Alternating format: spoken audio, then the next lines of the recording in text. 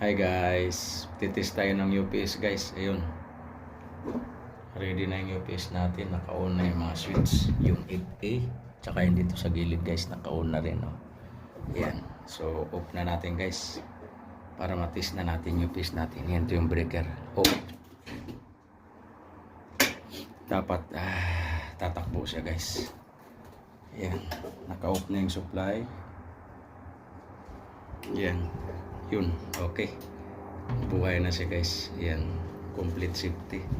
Dapat tatakbo siya. Naka-off yung breaker natin. Ayan na siya guys, tumakbo pataas using UPS. Yan siya guys. Yan, yun, then yung naka-UPS yan guys. Ito yung gumagana guys, yung UPS natin. Yan, naka-off yung power natin. Yan, naka-off. So yun, tumatakbo siya yun hanggang sa last, ayan, sa last floor yan siya guys, tumakyat yun hanggang magbukas siya. Yun, magbukas dito sa last floor guys. Ayan, so okay na siya, okay na yung UPS natin testing guys.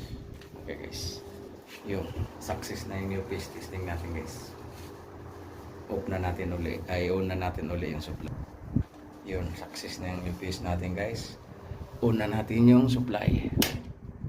Okay na siya, naka-level sa last floor na yan. Ayan, ayan, ayan, change normal supply na siya guys.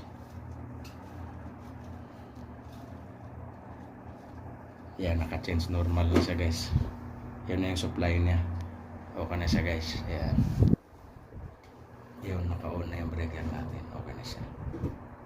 Yun, okay na siya. Tawagan natin pababa, next floor. Ayan, okay na siya guys. Okay na yung UPS natin, success na, ready for handover na ito guys. Supply na lang nila ang kulang. Ayun pa yung wire nila, yung wire nila hindi pa nakakabit. Breaker pa lang natin to, temporary yung supply na ginagamit natin. Yun, ito yung break transformer natin. Ayan, so ayan, okay na siya guys. Okay guys, bye guys.